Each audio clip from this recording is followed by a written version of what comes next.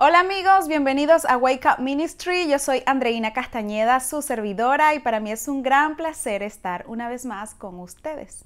Vamos a continuar ministrando el libro de Juan y estamos todavía en el capítulo 4. Vamos a hablar del paralítico de Betesda, que está en el capítulo 5, y vamos a hablar de Jesús sana al hijo de un noble, que está como la última parte del capítulo 4. ¿Sí? Quiero resaltar en estas dos parábolas algo muy interesante que sucede a la hora de los milagros. Algo que Jesús, nuestro Señor, resalta cuando hace un milagro. Y no voy a leer todo el pasaje completo, pero les voy a contar la historia y me quiero enfocar en dos puntos que pienso que es lo más importante aprender en el día de hoy, ¿sí? Bueno, Padre amado, en el nombre poderoso de Yeshua, que no sea yo, sino tu Santo Espíritu, hablando a través de tu sierva a tu pueblo, Señor. Pon en mí tus palabras, Señor, y pon en ellos el discernimiento para que puedan entender y germine este mensaje en sus corazones. En el nombre poderoso de Yeshua te lo pido, oh Rey. Amén y amén. Ok, y vamos con la primera parábola, ¿sí? Que está en el capítulo 4, a partir del verso 43, donde Jesús sana al hijo de un noble. Aquí la palabra de Dios dice que Jesús regresó a Galilea. Recordemos que el primer milagro que el Señor hizo, mejor dicho, la primera señal, no milagro, señal, fue convertir el agua en vino, ¿sí? Esto Él lo hizo en Galilea. Luego, después de esto, comienza su ministerio. Él se encuentra con la mujer samaritana, suceden todas estas cosas, ¿sí? Y él regresa a Galilea, y cuando regresa a Galilea, todas las personas estaban como entusiasmadas porque ellos se acordaban de la señal que hizo el Señor en las bodas de Caná. Ellos estuvieron allí presentes cuando hubo la transformación del agua a vino. Entonces ellos estaban esperando al Señor Yeshua muy entusiasmados. Cuando el Señor Jesús llega, dice que un hombre vino hacia él porque su hijo, un hombre noble, vino a Yeshua porque su hijo estaba enfermo y estaba a punto de morir. Entonces, esta es la parte que sí quiero leer. En el verso 47 dice: cuando oyó que Jesús había llegado de Judea a Galilea, vino a él y le rogó que descendiese y sanase a su hijo, que estaba a punto de morir. Entonces Jesús le dijo: si no veréis señales y prodigios, no creeréis. Yo puedo percibir que este hombre no creía del todo, ¿sí? Él estaba desesperado porque su hijo estaba a punto de morir, y dijo, bueno, voy a recurrir a este hombre que hizo un milagro y que nos sorprendió a todos, a ver si él puede sanar a mi hijo. No es que realmente él estaba convencido que Yeshua fuese el Mesías, ¿sí? Por eso el Señor Yeshua dice, si tú no ves un prodigio, no creerás. Y la respuesta de este hombre fue, Señor, desciende antes que mi hijo muera. O sea, en otras palabras, ok, ahorita no quiero entrar en dilemas, si creo, si no creo, si tengo que ver o no tengo que ver, yo estoy desesperado, haz algo, mi hijo está a punto de morir. Sí, esa creo que es la oración final de toda persona que se encuentra en un estado de desesperación, que ya agotó todos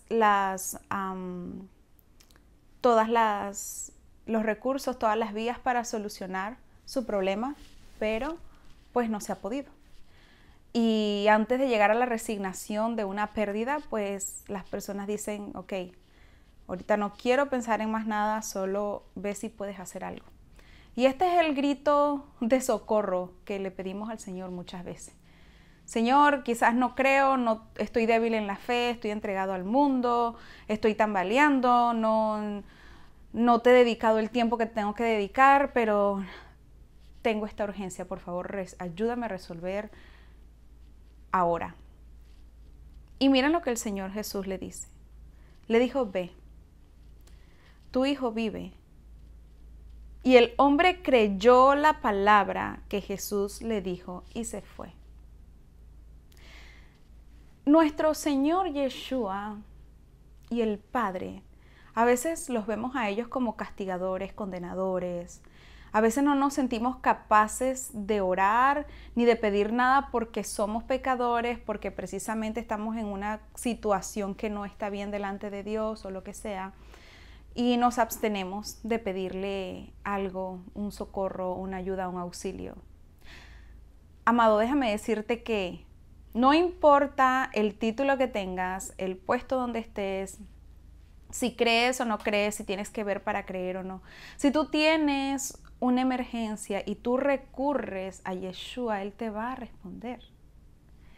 ¿Sí? Él te va a responder y muchas veces no nos responde como quisiéramos, porque a veces eso es otra cosa, que vamos y pedimos al Señor, Señor, yo quiero que tú sanes a mi mamá, un ejemplo, que la sanes del cáncer, que la sanes, quiero que la sanes, por favor, Señor. Y pues resulta que después de mucho desgaste y oración y clamor, muere, la persona muere. Entonces decimos, Él no escuchó, Él no quiso ayudarme, no quiso hacer un milagro. Y hay motivos por el cual Él hace lo que hace. Porque cuando las personas perecen, las personas mueren, cuando algo sucede, para bien o para mal, está dentro de la voluntad de Dios. ¿Sí? Entonces, aún así, tenemos que desprendernos del resultado. Este hombre, gracias a Dios y gloria a Dios, fue así, su hijo se sanó. Quizás era un muchacho joven que tenía un propósito que cumplir. Pero él creyó la palabra. ¿Qué dice? Él creyó y se fue. Luego él confirmó de que su hijo había sido sanado a la misma hora, de que Yeshua dijo, ve que él está sano. A la misma hora. O sea, fue inmediato. El mundo espiritual reacciona inmediatamente a las órdenes de Yeshua. Pero que nuestro afán del resultado no nos desequilibre. Porque si el Señor su voluntad era que el muchacho pereciera, porque ya este muchacho ya había cumplido el propósito, sin ir muy lejos, tenemos el ejemplo del hermano Gigi Ávila, que él perdonó al hombre que mató a su hija. Sí, era el esposo de la hija. Y él la mató. Y él le pedía a Dios, clamando, dime por qué pasó esto, por qué perdí a mi hija, por qué la mató. Y ahí están en los videos de YouTube, en Google, pueden buscar el testimonio. Y fue porque Dios le dijo, le respondió, porque si tu hija se quedaba en el mundo, se iba a perder. O sea, ya estaba en un punto de que Dios Padre hace lo que sea, amados, para salvar el alma. Y quizás me estoy desviando un poco del tema, ¿no? El punto es creer lo que Él va a hacer, creer sin importar el resultado, creer que sea lo que sea, va para bien, porque todos los que amamos a Cristo, todas las cosas nos ayudan para bien. Entonces, él entendió, dijo, o sea, que en buen momento ella partió de aquí para salvar su alma y tengo la garantía de que me reuniré con ella. Porque saben que es triste perder un familiar que lamentablemente no haya alcanzado la salvación. Ahí, amados, ahí sí no hay esperanzas de nada. Pero Dios Padre en su misericordia, Él dice, el alma de esta persona la guardo porque tienen una eternidad garantizada en familia y disfrutando todos juntos. Amén. Bueno, entonces el punto aquí es creer. Tenemos que creer que el Señor va a hacer algo al respecto, ¿sí? No digamos si sí o qué va a hacer, que no va a hacer los detalles, porque Él muchas veces no nos explica el cómo, pero Él va a hacer algo al respecto. Y no hay nadie que conozca mejor lo que necesitamos que Él, ¿sí? Él conoce nuestro interior, Él llega donde nadie puede llegar, ni siquiera nosotros mismos. Él sabe qué necesitamos y qué no. Él sabe hasta dónde llegamos y hasta dónde no. Como digo, Él nos conoce mejor que nosotros mismos. Y la próxima parábola, no parábola, perdón, milagro que el Señor hizo fue al paralítico de Betesda. Este es muy triste, o sea, la historia de este paralítico es de verdad muy triste. Este era un hombre que él estaba en un lago, en un estanque. Un estanque es como decir un pozo de agua grande, como una piscina, ¿sí? Le llamaban el estanque de Siloé. Y esa piscina estaba rodeada de 5 pórticos. Háganse de cuenta que era como una piscina en medio de 5 columnas, ¿sí? Y algo así muy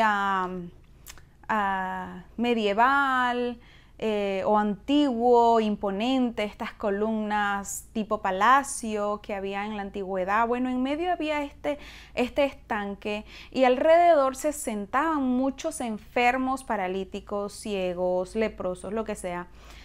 Muchos enfermos esperando que un ángel moviera las aguas, y cuando las movía, el primero que descendía al agua recibía sanidad. Y esto sí sucedía así, amados. Qué tremendo. Me sorprendo de ver cómo las cosas que Dios hacía, que Dios permitía en medio del pecado del pueblo, pues la misericordia de Dios es tan grande que Él permitía que un ángel bajara y moviera esos estanques para que alguien se sanara. Porque el Señor sabe que la humanidad sufría. Por eso es que el Señor Yeshua vino, porque no había manera de nosotros acceder a la presencia de Dios. Mucho menos los enfermos, mucho menos casi nadie sentía el Espíritu Santo, no existía. Pero aún así Dios Padre hacía eso, al menos para que uno de vez en cuando alcanzara misericordia, a pesar que no fuese santificado ni tuviera todavía el Señor Yeshua en su corazón, porque todavía no se había consumado el segundo pacto. Entonces, Jesús pasando por el lugar vio a este paralítico y se conmovió y se acercó y le preguntaba que desde cuándo estaba así. El paralítico le menciona que algo por más de 30 años pues ya tenía así y que no había podido recibir sanidad porque cada vez que el agua era agitada por este ángel que llegaba, siempre alguno descendía antes que él no podía caminar y por eso pues él nunca podía descender al agua. Entonces Jesús le dijo, toma tu lecho y anda. Ese fue un día de reposo y él se levantó y se fue a caminar, pero cuando se estaba levantando pues el Señor Yeshua, él desapareció de entre la multitud y él pues se quedaría así como, ¿dónde está el hombre que hizo este milagro? Él tomó su lecho y se fue. Entonces, cuando las personas lo vieron cargando el lecho, le dijeron, mira, ¿por qué tú estás cargando esto? No podemos hacer ningún tipo de trabajo, no podemos cargar nada porque es un día, porque estamos en Shabbat, es un día santo. Entonces, este hombre dijo, no, pues un hombre vino y me dijo, toma tu lecho y anda. Yo era paralítico. Y preguntaban quién era este, él no sabía qué responderle, porque él no sabía que era Yeshua, él nunca le dio el nombre. Y después de esto, Yeshua lo encuentra a él en la sinagoga dando gracias. Y Yeshua le dijo, mira, te veo que estás bien.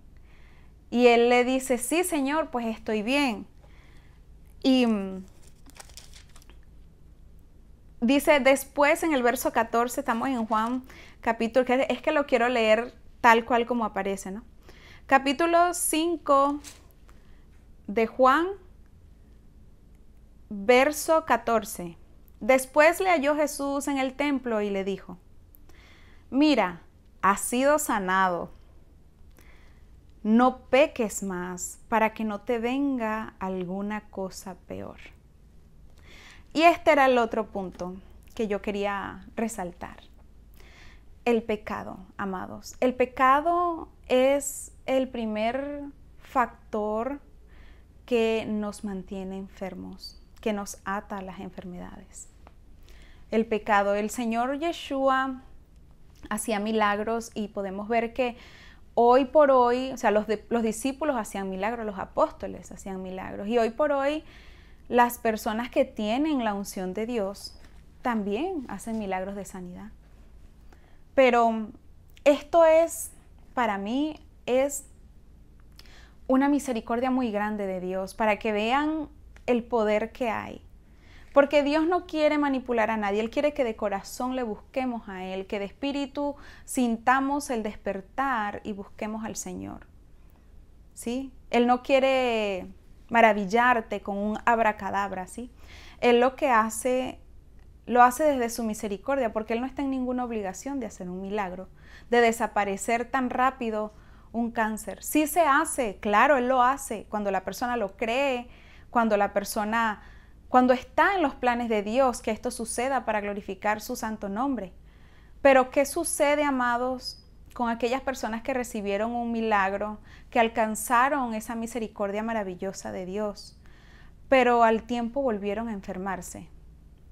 Yo he visto muchos casos de personas que en campañas evangelísticas se han levantado de sillas de ruedas, personas que tenían un brazo torcido y luego se pudieron enderezar, que ya caminaban derechos.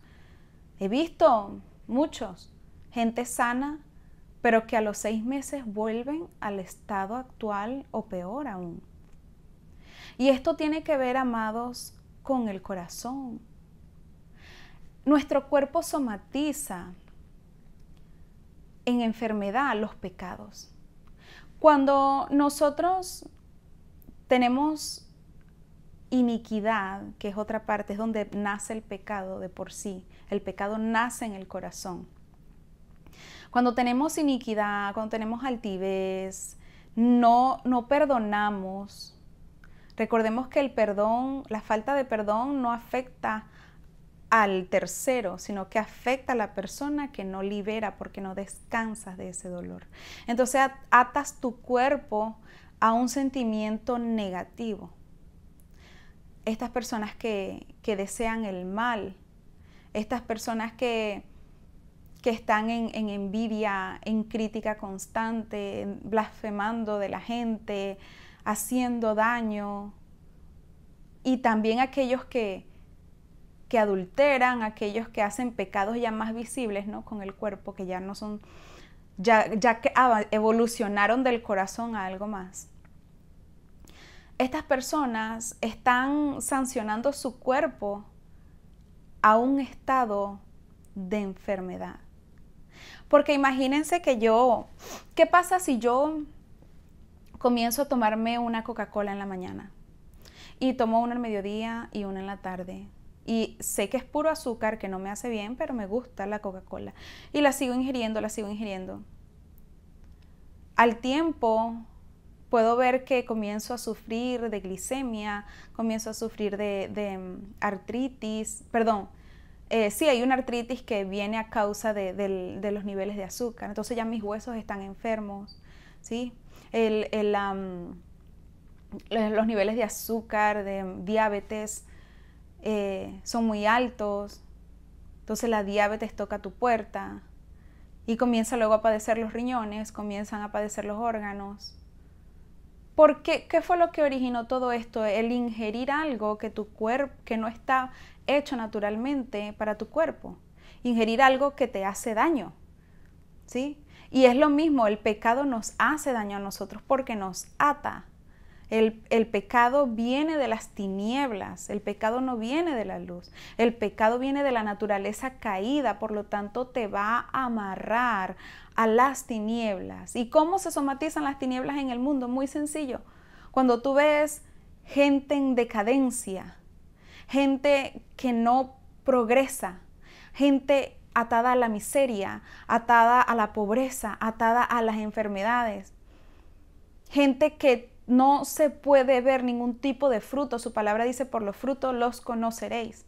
Cuando las personas tienen una comunión con Dios y a pesar de no ser perfectos, buscan la santidad lo más que puedan y van todos los días a pedir perdón y a pedir ser renovados y caminan en justicia, los frutos son visibles. Se les ve un cuerpo sano, se les ve un nivel de conciencia mayor, desarrollan mayor inteligencia, una mejor economía, tienen un buen estatus familiar. Entonces vemos los frutos de aquellos que andan en la palabra, en la guía del Señor. Pero aquellos que están tristemente enclenques, postrados, que no han podido surgir es porque hay un asunto interno que ellos no han podido solucionar. Entonces, amados, aprendamos estas dos lecciones. Tenemos que creer cada vez que le pidamos al Señor una intervención en nuestras vidas, creer que Él va a intervenir y desprendernos del resultado, poner eso en sus manos porque Él conoce nuestra vida, lo que necesitamos y el futuro. Él sabe lo que hace mejor que nadie. Y segundo, alejémonos del pecado. Si queremos mantenernos sanos y vitales, alejémonos del pecado, porque el pecado pasa factura, amados, y este cuerpo es quien paga esa factura, y nuestra alma. Bueno, amados, espero este mensaje haya sido de bendición para sus vidas. Nos vemos en el próximo video y que Dios les bendiga donde quiera que estén. Shalom.